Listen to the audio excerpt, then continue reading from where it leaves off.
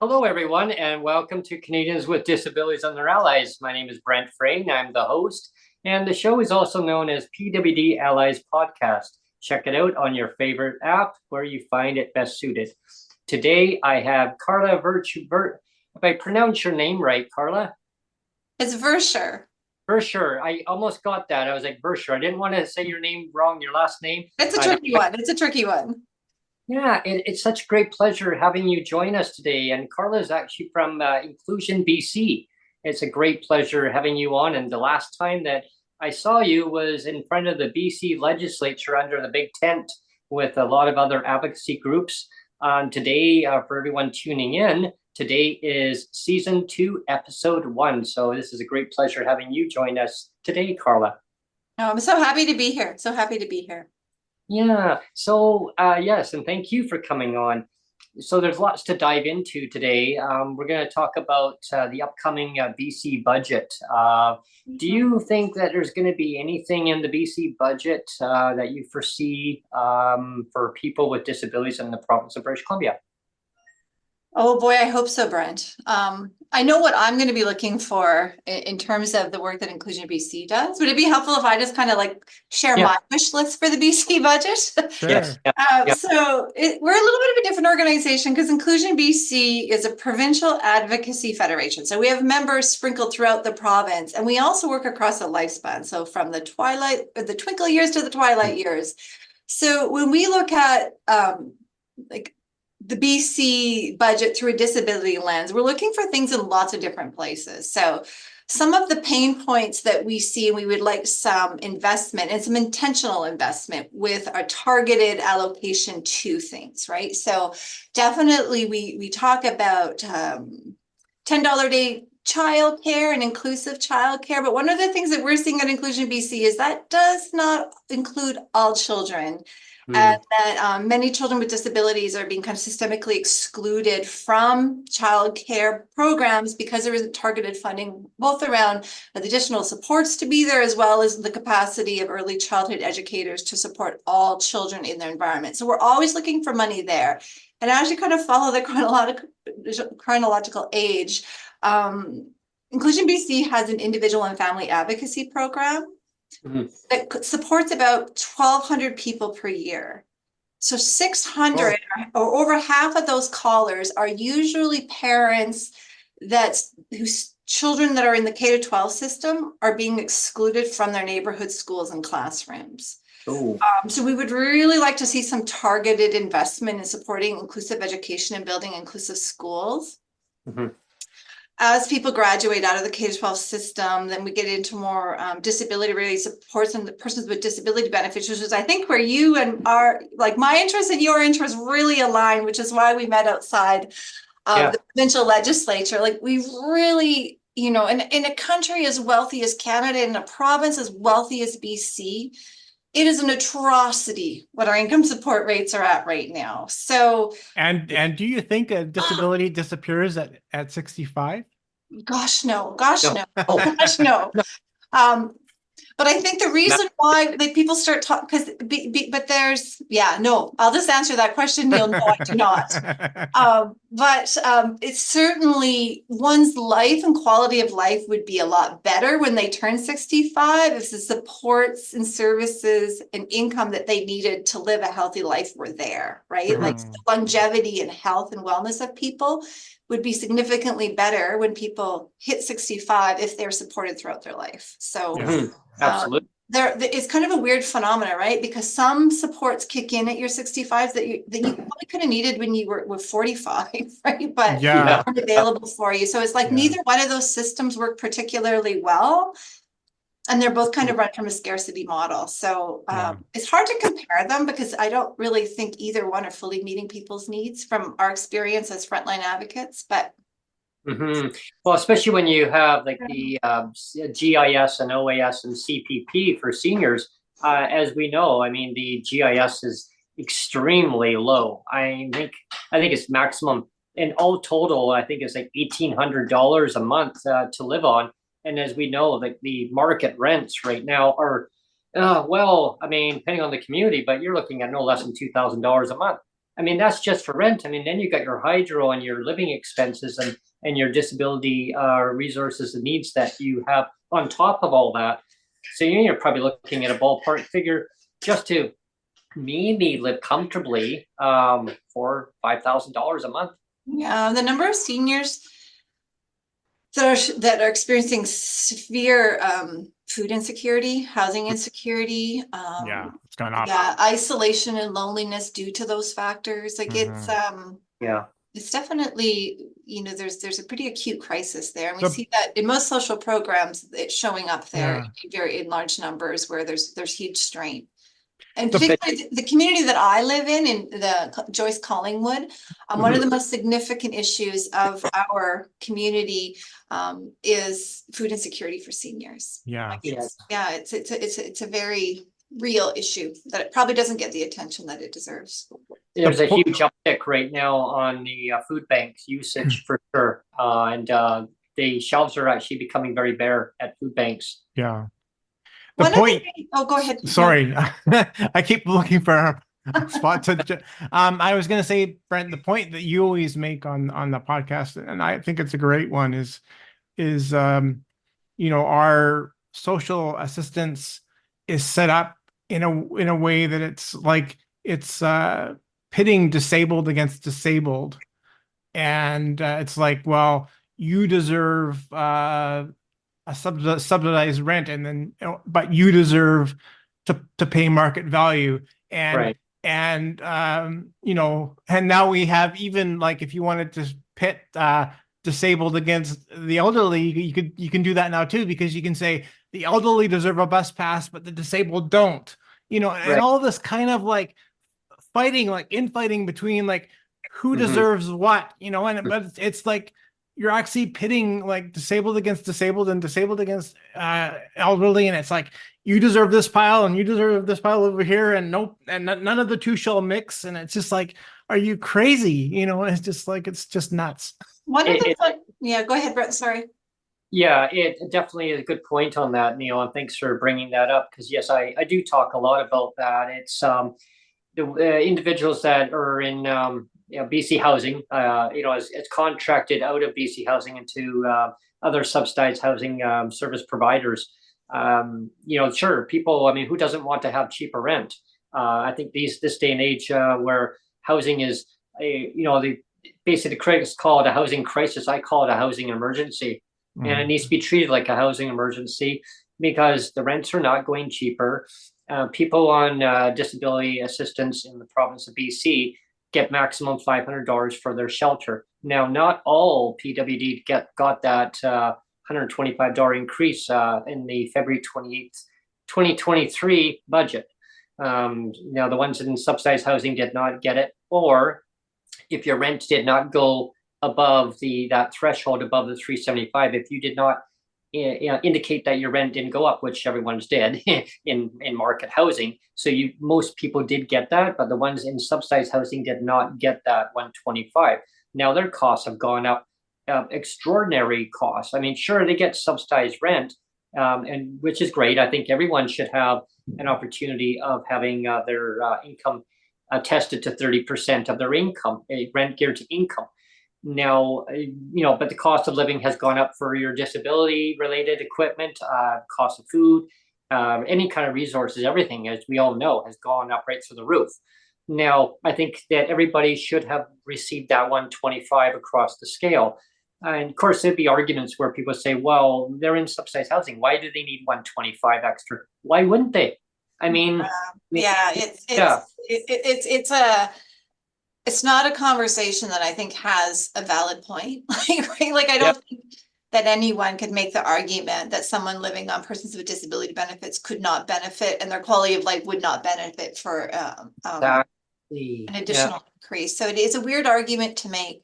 And you know, as much as you know, this is the first time in a long time that we've seen incremental increases. We need to acknowledge that there is still incredibly insignificant and keep pushing at every level of government, both provincial and federally, for a meaningful income security program for people with disabilities, despite what type of disability they have, to your point. Mhm. But I just wanted to touch on what Neil was saying earlier, Yeah. because it's something that I often I struggle with the conversation, or the way that we frame the conversations, right? And we were talking about pitting seniors against people with disabilities, which happens all the time. Oh, yeah. But or people with disabilities against homeless populations, or people Yes. experiencing housing insecurity. So we put the people in these categories Mhm. without the thoughtfulness or the acknowledgement that people cross over these categories.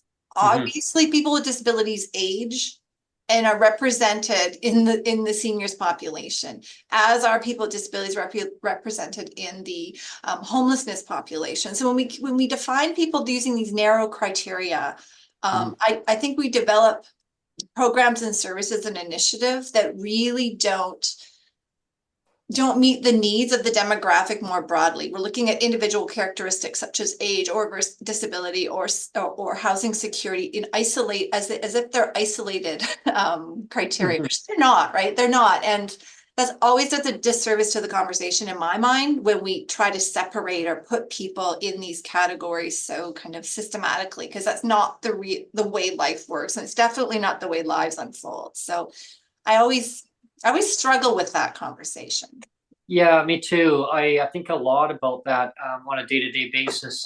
You know, I see people in the community that I talk to, and I just randomly, you know, ask them like, you know, how is you know, the economy affecting your life on a day-to-day basis, and like food insecurity or rent. You know, what would you like to see changed going forward? And you know, most people I talk to tell me, you know, I just want a safe place I can call home. I want to make sure I got enough proper food, that I don't have to be eating junk food or skipping meals just so that I can go and pay a bill or pay my rent. And if I don't pay my rent, then I'm on the edge of now homelessness. And I said, well, yeah. I said, then what? Then you're going to qualify for BC housing, because you got to be homeless in order to, or on the verge of it. Yeah, there's like so many categories within that, but So you know, everything's driving crisis to get the support you need rather than it yeah. being like proactively offered. Yeah. Yeah, and that's what people tell me. They said if that was just offered to them, they could actually better their life in so many ways. And that's the kind of what's echoing across, I think, in a lot of areas of every province in Canada, really. And you know, and I'm glad that we're having this discussion, because it's so important that the message needs to get echoed out to the government of saying, okay, these are the issues that are outstanding, that we need to modernize our systems to better people's well-beings in the country. Yeah, you're right. I mean, there's a lot of like people that are homeless that they could be veterans. They've served in this country as for you know, during the war, and now they're disabled. So now they're disabled veterans, or they're disabled citizens who couldn't afford the market rent. Now there's a long waiting list to get into a BC housing. I mean, that list keeps growing for years. I mean, last time I checked, it's like well over 10 years. So one question that I have for you, Brent, and I'm sure we both know that the BC budget's coming up in February. Yeah. One of my concerns, and I'm just curious if you've had the same thoughts, because we have the Canadian disability benefit kind of looming in the background.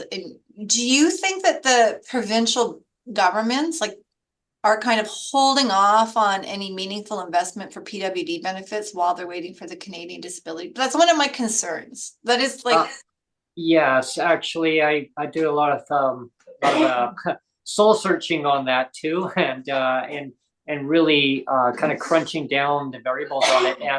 And yeah, you're absolutely right. That is one of my fears, is that the provincial government is waiting on that.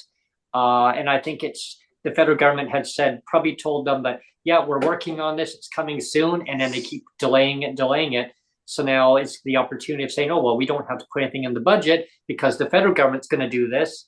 And now it's not going to be until at least minimum, I heard, is at June 2025 is at the earliest. This is going to deepen, right? People are going to go deeper into poverty and crisis, while we have kind of that jurisdictional battle between the provinces and the federal government in terms of who's actually going to step up and meaningfully support people with disabilities and poverty. So yeah, I really do think that there's a role for Inclusion BC and folks like yourself to keep that pressure on provincially and be like, no, you have a responsibility here too, and our expectations. And expectations going into the 2024 budget is that we'll see a meaningful lift. Yeah, and that's what I'm wanting to see too, is in the meantime, while they wait for the federal government to maybe do the Canada Disability Benefit, the actual financial part of it, I want to see the provincial government actually meaningfully increase the rates to a livable standard, and nothing less. I mean, nothing less than the poverty level. Like, it needs to be above the poverty, like nothing less. Nothing more, nothing less, but it needs to be at that, and plus tie it to inflation, so that, and then when the federal government does kick in, now they can actually work on that and top it up to even higher. Yeah. I mean, I've been wrong before, but I have a hunch that the BC government won't claw it back. I guess it will depend on how they deliver it. Like, if it's like an income, because that's still being developed. If it's kind of like a income, like a EI type model, there's potential. But I think if they attach the Canadian Disability Benefit to existing benefit regimes here provincially, I would be really surprised to see the BC government claw it back. But I still think if I lived in a different province, if I lived in Ontario or Alberta, I might not be saying the same thing. But I am optimistic that the BC government will do the right thing and ensure as much money goes into people's pockets as possible. But where I'm not as confident is in that waiting period between when it's meaningfully resourced by the federal government and what happens to people in these next 2 years, right? Like that feels a bit more unknown. There is a part of in the committee stage when developing the Canada Disability Benefit, there was an MP for the Federal Green Party, and we've had that MP actually on our show here, MP Mike Maurice. He's the member for Kitchener, Ontario, and he did manage to pass the part in the bill that actually did state, and he was really excited about it because there was a part where that it's agreement there that the provinces won't claw that back. So he was able to get that part in there where there's an agreement. Now, will the provinces comply with it? It basically did say that don't claw this back with the federal government tops it upon provincial. Now they just have to get all the provinces saying, yes, we agree with that. So that's kind of where I've always thought too, is like, I can't, this is my stance on it. I can't think that the federal government would be on board with the idea of like, we're going to give you this top up, and it's like, go ahead, provinces, keep clawing back. It's fine. And we'll just top up whatever you're calling. I can't see them saying that's okay. I can't see the federal government saying, oh, it's fine. You could claw back the stuff and we'll just top up whatever you're clawing back. I can't see them. I can't see them agreeing to that somehow. Yeah, and we used to receive a lot of assurance from Minister Qualtrough that wouldn't happen. But since the shuffle nationally, I don't know that we've had the new minister make strong statements. Certainly we have our provincial NDP party speaking into it quite regularly. And as well as we were talking about earlier, is the emergency benefit, speaking into the need for that. But I certainly haven't seen anything budgeted for that, as when the economic statement that was released before the holiday break there. I was Yeah, talking to a friend of mine just before we launched the show actually, and he was Oh. saying that he got it from a little birdie, so to speak. There's Our favorite Megan kind, yeah. Oh. Megan Gilmore, who is a reporter for AMI, Oh yeah. AMI TV. She has heard now, and I think we kind of all knew this, that of course the CDB goes into effect officially in it'll be June of 2024. That'll be the 1 year mark, right? Hmm. But then from that point on, the government still has an extra year to That's right. actually implement it and like fund it. Hmm. So And I could according to my her, and I think according to everybody now, she's thinking, well, it'll maybe be like June of 2025 then. yeah, or Um, July or somewhere in the summer.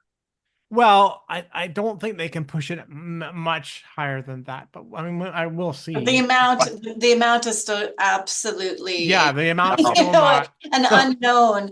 Yeah. I did watch one really disappointing clip, and you may have watched it too. And so I don't remember who asked the question, which journalist asked the question, but it was in response to the fall economic statement where, um, the $20 billion question came up, and it was kind of scoffed at by Mhm. Mr. Freelander, just being like, yeah, $20 billion. We can only do so much. I can't remember the Yeah. exact, but that was a yeah, really I kind saw of that. that was a Yeah. very discouraging attitude towards the benefit, but also just, it wasn't a comment that instills much confidence that they will be funding at the Mhm. level that we anticipated or hoped for. But, everyone has off days. I'm just hoping she was having an off day and was put off by Hope reporter so for too. some unrelated issue to Yeah. disability. But that was a bit of a discouragement for me when I saw that, thinking, oh, Yeah. Yeah. that does not instill much confidence in this government's willingness to fund this to the level that we're hoping that they fund it.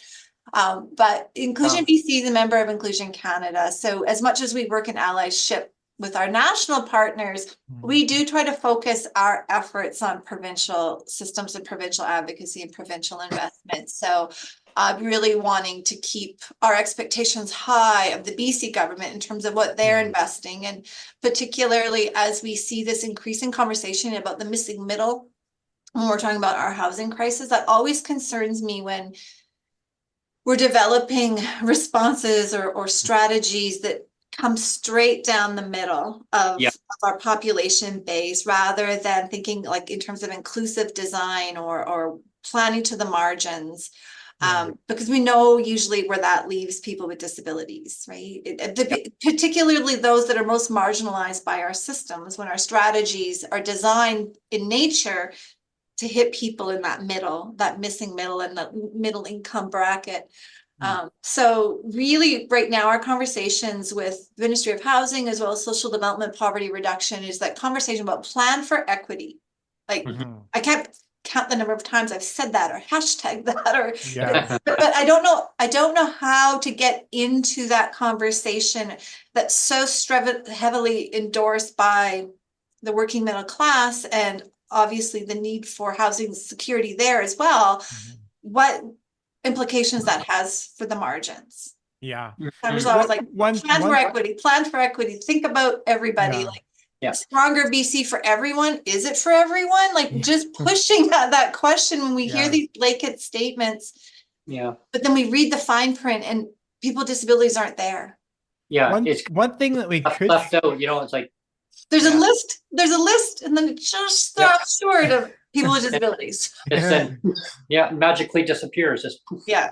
One thing that we can maybe be a little bit confident in, perhaps, is a lot of government is throwing around the MBM, which is the market basket measure, right?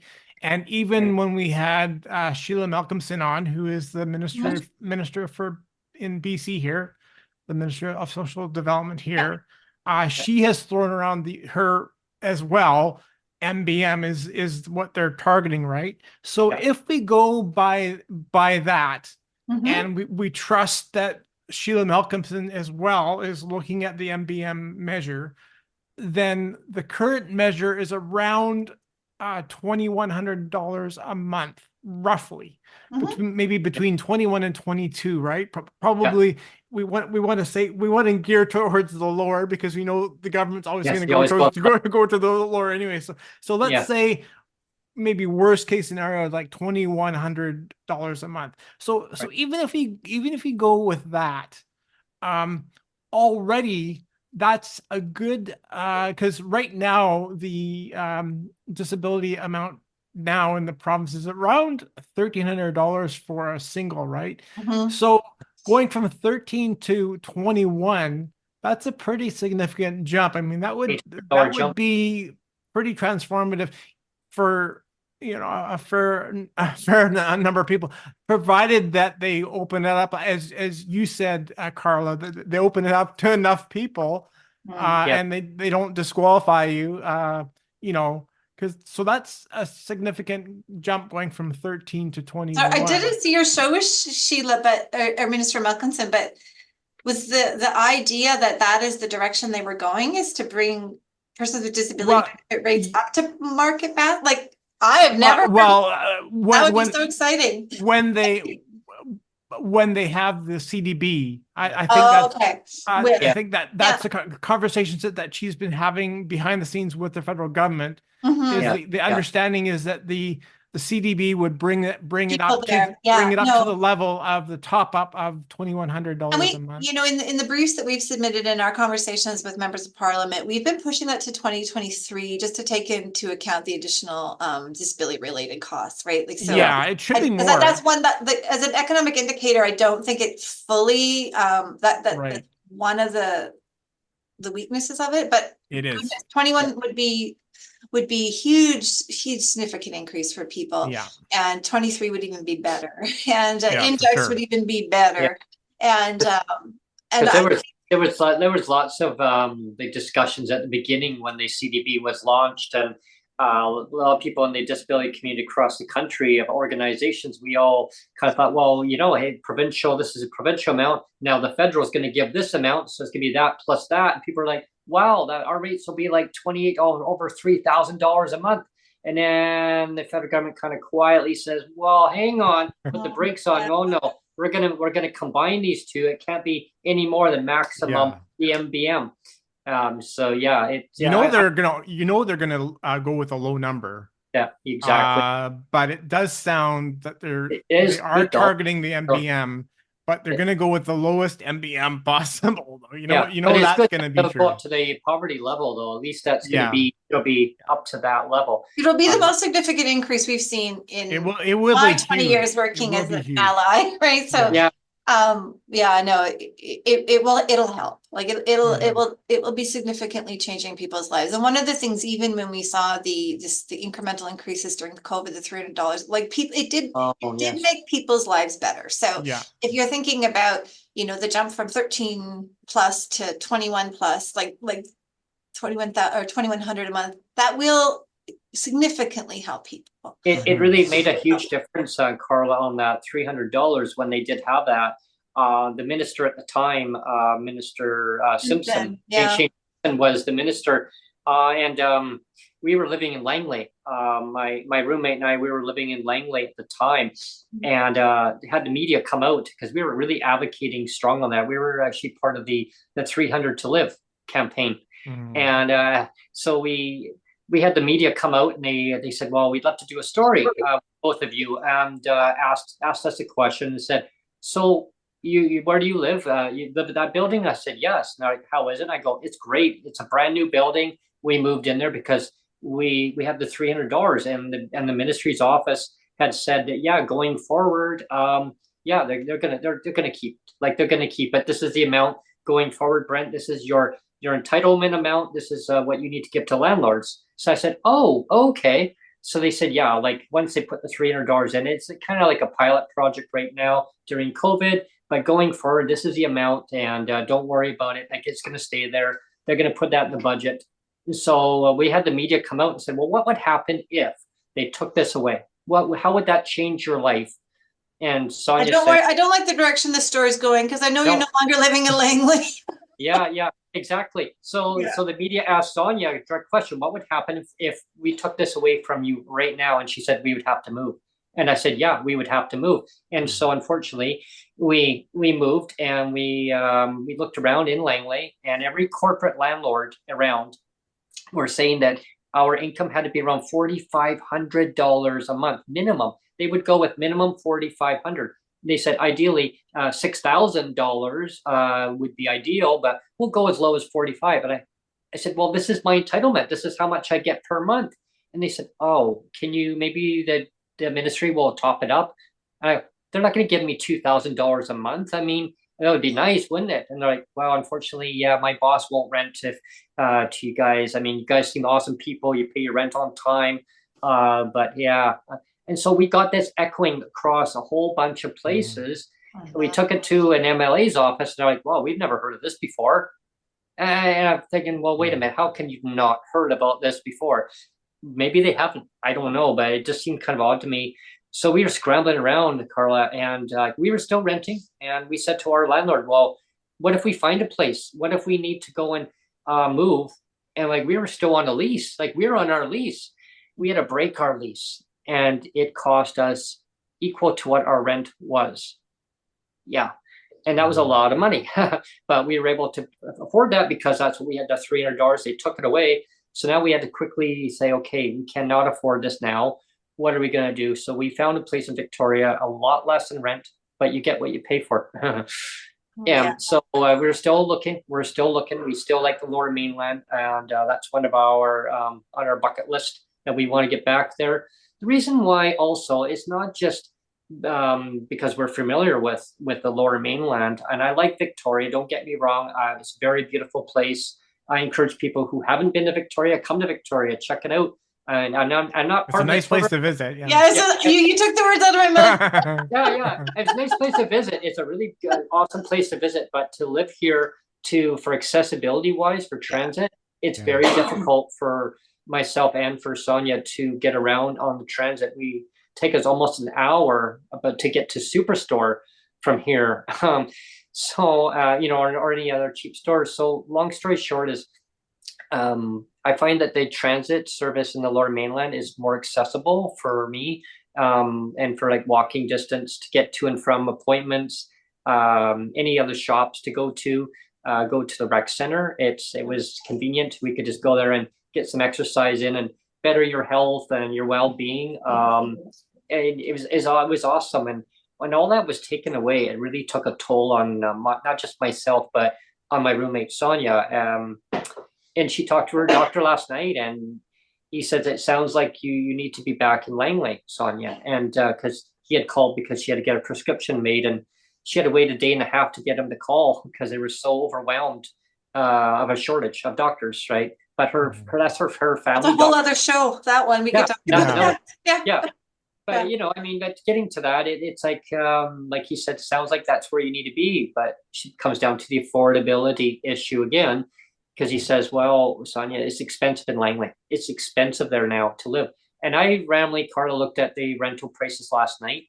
A place that we moved from, just get this, $1,995 now. Wow. And wow. Yeah. And we had a 2-bedroom at that same place. The place now, they want a 1-bedroom for $1,995. I thought, wow. Yeah. So I guess what the part I'm worried about is anybody PWD in BC, or actually any province, but in BC alone here, if they move out of a market rent because maybe the housing is not suitable for ourselves, I'm scared because now the price is way up there. Like how are we going to reach for that and go, okay, should we stay where we are? Most people I talk to say, Brent, Sonia, stay where you are. For now.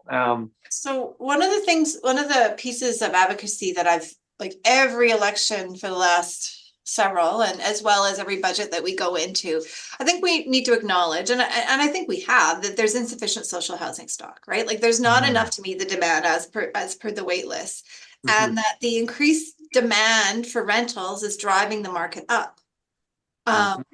while we're waiting for the Canadian Disability Benefit to be budgeted and money, I do think that it's a very fair ask to be asking for portable rental supplements attached to individuals to allow them to access market Amen. housing, Amen. right? Like, so, Amen. so it kind of goes back to the conversation we were having Yeah. earlier, is like, there are some, if you're precariously housed or homeless, right? Like, so again, in order to access those services, that you would need to be homeless, and then that there's supplement programs. I think there's around 2,000 of them available. And then we were able to secure an additional 50 for people that are eligible for Community Living BC supports. But some research that we had done a few years back is there's at least 5,000 people looking for a home that are not appropriately housed.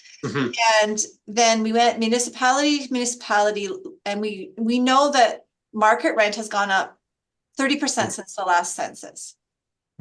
Wow. And that if you look at persons with disability benefits and people who have roughly $500 a month to cover rent, and we have it by bachelor, we have it by 1 bedroom, 2 bedroom. And we know that the affordability gap is sitting, depending on where you live in, like it could be a little bit different in Victoria than it is in Langley, but it's sitting around $875 all the way up to $1,200 in some jurisdictions. So what we need is a portable rental supplement that allows people to access market housing while we're catching up on building social housing stock. Yeah, Like, 100%, 100%. I don't think they're going to fund something like that indefinitely, but at least they have to acknowledge the crisis that we're currently in.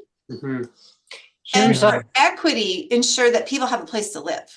Well, you make a great point, and that goes back to the whole point of when I said, Brent, we always talk about disabled versus disabled, because we have, the government does give subsidies or subsidized rents for some people. Like in my situation, and like, I don't know if you know, Karla, but in my situation, I've had my survivor's pension from my first wife clawed back for the last 10 years as unearned income. And you know, I own my place here. Well, like back when we had money, we were able to buy. We bought it for like 129. But right now, my last property assessment, it's gone from 129. And this is, again, I've lived here for 18 years, and it was 10 years old at the time when we moved in. So now we're talking a 28-year-old condo, 2-bedroom condo, 2-bath, 28 years old. It's now, again, we bought it for 129. It's now appraised for over $600,000. $600,000. So I have to pay the tax on that, right? And it's just crazy. And so, you know, I'm still trying to afford, I'm still trying to afford a mortgage, right?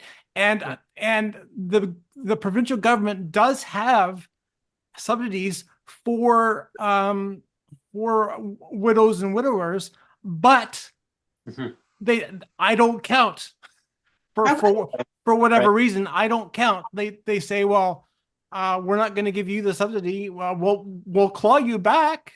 Is it about stacking benefits? There's another conversation I could have. I don't know. I think it's because I'm not. I think it's because I'm not a renter.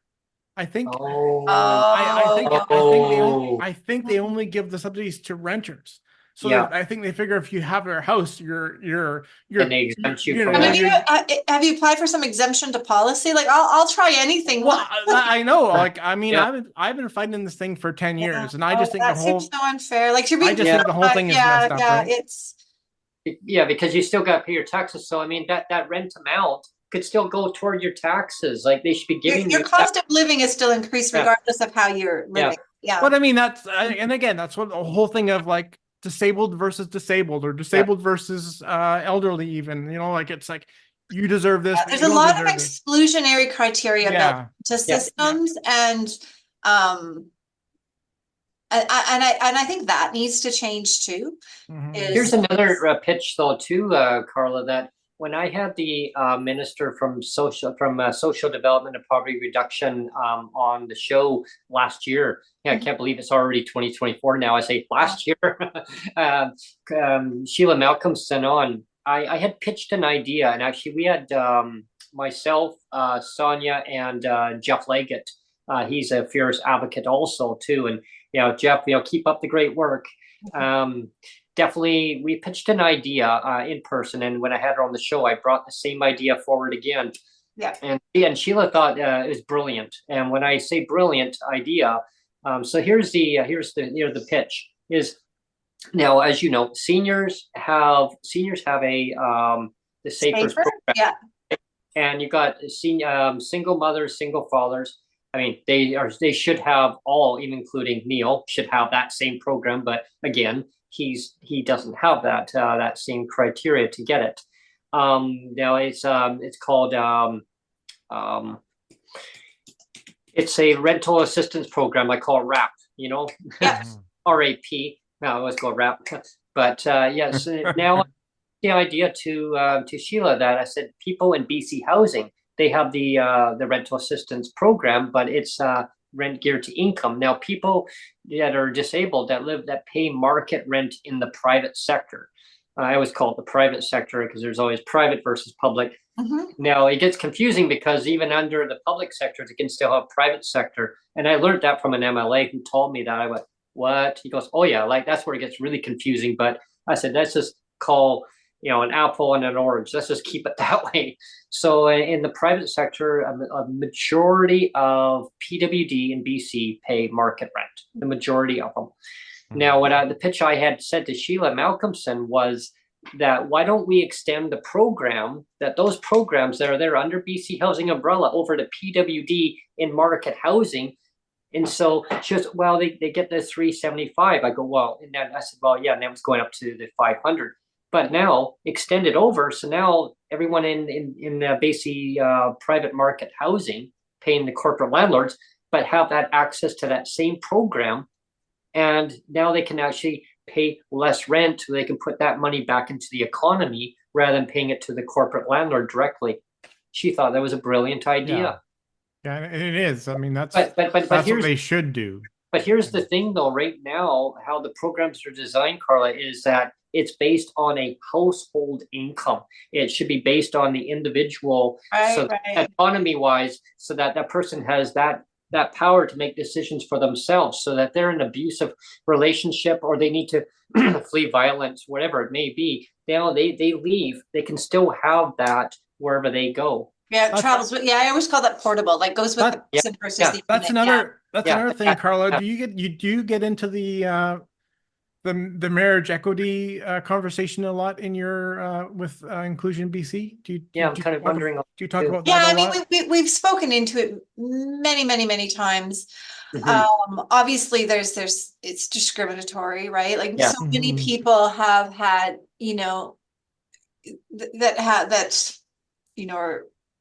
I probably shouldn't say it on a roommate, but they're like it's not a dignified approach to being a human being, right? That you need that you would be discriminated based on having a relationship or a family.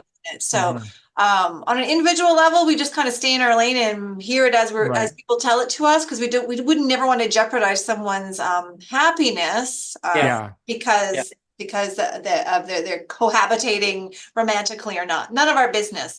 On a systemic level, of course, So when we tend not to dive into that as hard as we do some other issues, but we're certainly acutely aware of it and have strong feelings that it's discriminatory and that people should be supported individually, particularly, the number of people that we work for and with that have intellectual and developmental disabilities that are in relationships, that's a bigger issue because people aren't supported to have romantic lives more generally by our systems, it does resonate a little bit different in the work that I do, Neil, but of course, we see it as discriminatory.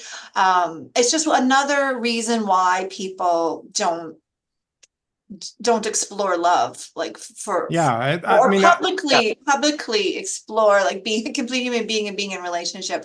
We're actually releasing a film this month, or maybe it's next month, that kind of touches on all of that. So in terms of conversations with ministers, we always mention it as a kind of a underlying note of how there's additional levels of discrimination in our regimes, but we tend to focus more heavily on increasing the rates.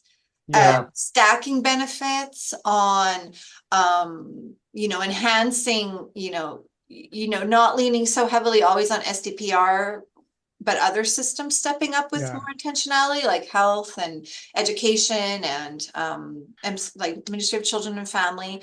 So yes, but I wouldn't say, like, if you were to search Inclusion BC spousal benefit, we wouldn't probably be a top hit, but Okay. we're very aware of it. And But Yeah, do you remember back at the beginning of near the beginning of the pandemic, when the pandemic hit, there was Sophie Louis. Do you know Sophie Louis from Global BC? She's yeah, at the TV like a newscaster, Sophie Louis.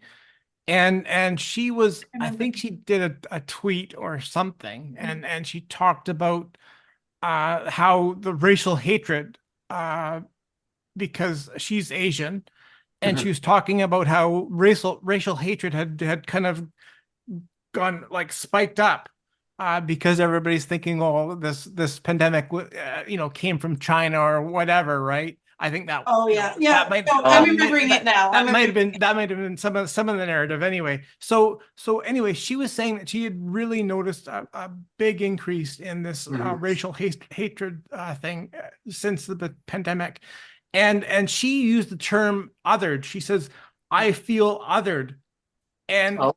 and I thought that was kind of a brilliant word, because I mean, that applies to Absolutely. disability Yeah. 100%.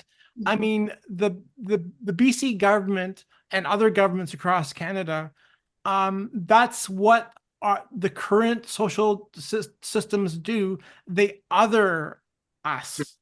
Like, we're not seen as a full person that deserves, like we said, that deserves a relationship, An education, a job, a house. Right? Like like we're a less than, we're othered, we're kind of the discard pile, so to speak, right? Yeah, Like, because I you're mean, you're over here somewhere in this discard pile as an other, and the government is fine with that.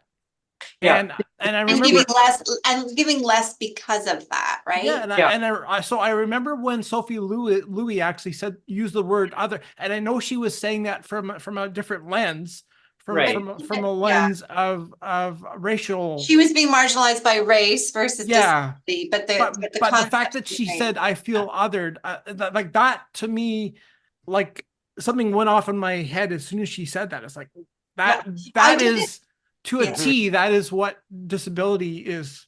I didn't hear the interview, but I definitely am aware with the concept, and definitely where I see that most pervasively is in our schools and our education systems, that children with disabilities almost don't deserve the same educational opportunities. As long as you're attached to a school and sharing air, we call that inclusive education. And not across the board. There's good teachers, there's bad teachers. Every system has, has its pros and its cons, but there's a significantly where that othering begins. It comes back to where we started. It begins in our childcare centers, where you're excluded from attending your childcare centers with your siblings. And then it perpetuates into the education system, where you may be excluded from school or segregated in a different classroom or pulled out here or there, probably not graduating with the same credentials.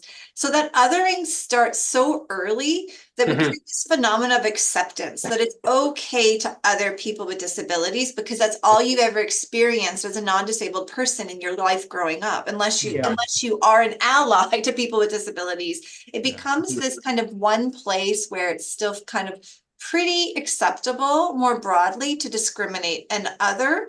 And then our governments just follow. They follow the lead on that. They follow the trend, right? If their voters aren't going to be offended by people with disabilities being othered, well, then we can continue to plan and produce and fund things the way we're doing. Which is why I think it's so important that the disability community and allies like myself, we come together as a voting bloc, and we're like, we're not okay with this anymore, right? Like, I'm not okay with people with disabilities being othered by our childcare systems, our school systems, our workforces, our housing providers, our medical professionals. Like, so, but you're absolutely right, Neil. It's just I think the reason why it hit so close to home, it finally gave like a definition to these like guttural feelings that are attacking people's identity and self-esteem, right? Like Mhm. just being like, yeah, that's a horrible realization that that's how some people see me, right? And Yeah. as someone who walks alongside and journeys alongside people and their families, it's a horrible feeling to see the people that you care about and work but treated that way. Like it's just so wrong. It's so wrong. Well, you know, when I was going to school, I wasn't fast at writing, so I had a kind of like a tutor coming in Yeah. and teaching me how to touch type and put a hand book over my hands so I couldn't see what I was typing, and I had to memorize where the keys were, and like literally, and I usually was typing up to like 120 words a minute, and they said go as fast as you want, Which is great. Yeah, that's amazing. I can't Oh my even gosh. hit like a 30. Yeah, yeah. no. And so, you know, and I kept going over and over because I was having trouble reading the projector screens because it was too far away. The print was too tiny. And so I would get stuff blowing up. But and it was like the teachers felt that, oh, well, this would be the best for me. Well, rather than asking me what's good for me, oh, and it was like way too big. So now I would be losing track on the paper, literally paper, of where I am reading this. And I'm thinking, oh my gosh, like, and again, oh, well, we need to put you in another room though and teach you rather than in the class. And I said, no, I want to be in the class. No, it's better this way. And For who? For who? like, yeah, for who? Yeah. Yeah. And so when I, you know, as I was going through school and I going through high school, and I kept saying the same thing, the same line, going, no, I don't want this. And so when I got through college, same thing. And I said, and you know, one of my instructors, Karla, said, Brent, it's not okay. It's not okay for It them wasn't to. okay, then it's not okay now. Yeah. And I said, yeah, you're okay, but it's I not talk about It's okay for you, the one doing it, not for the one receiving it. Yeah. I Yeah, talk about my exactly. journey of inclusion in my book, my Daddy Oh my gosh, you're Bent an Legs. author too. Oh my Yeah, goodness. Daddy Bent Legs. If you look it up, Daddy Bent Legs. Oh, okay. That's my book, and I talk about because like I used to go like when I was like 6 and 7, when like GF Strong, I don't know if you remember, GF Strong used to have it's a rehab center, right? But it used to have a school in there. And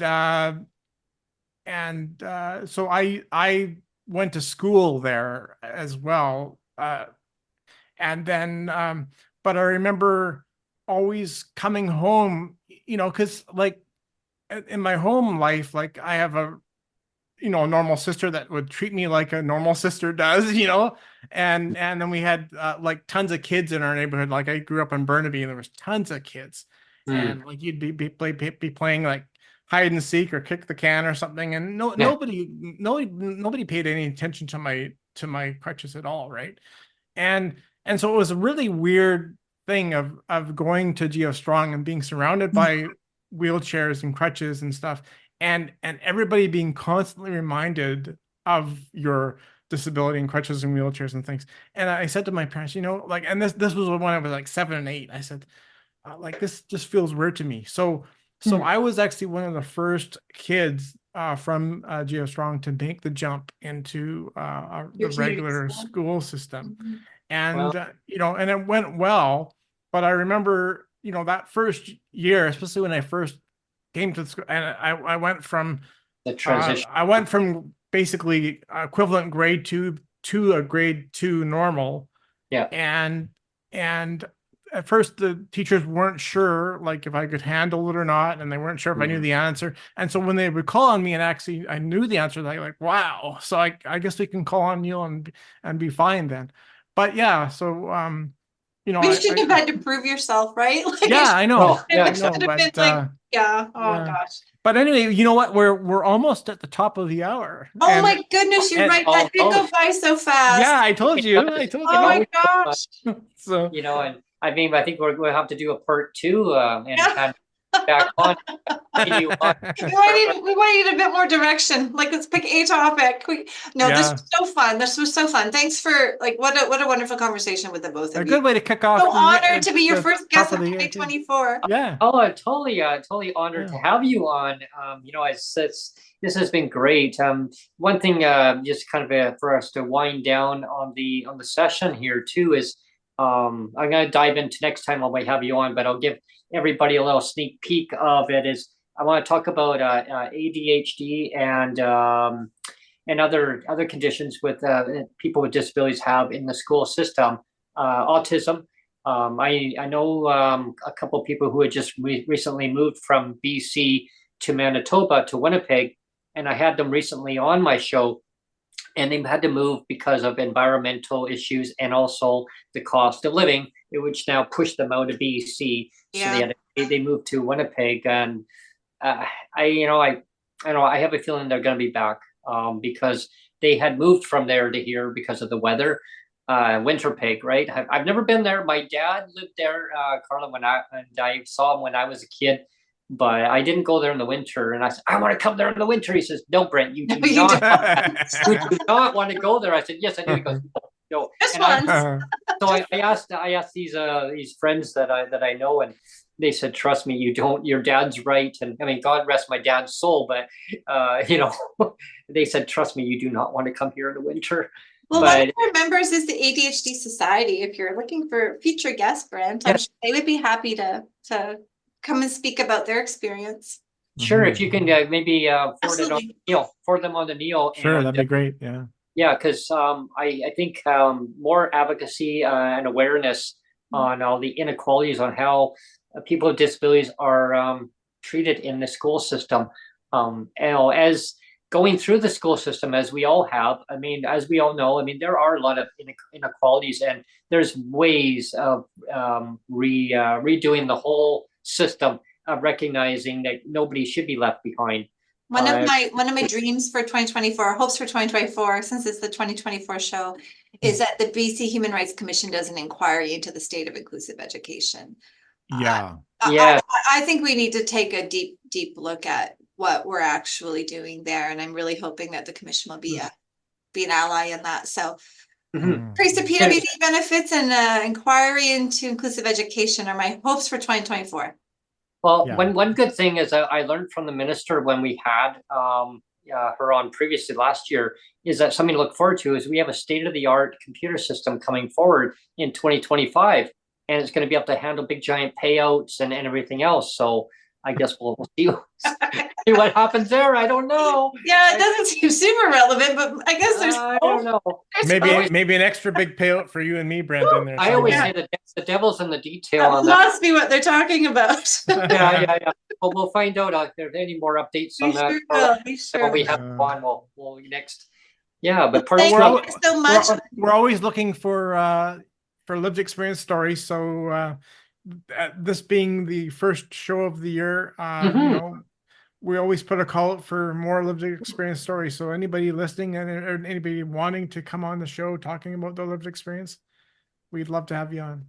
Yeah, we have this new segment. Last year we launched it, Karla, and it went really well. So this year, lived experience stories. We're going to have this as an ongoing segment. Wonderful. all year lived experience stories. And so whatever topic is it about transportation, which I'm going to be diving in on Monday, by the way.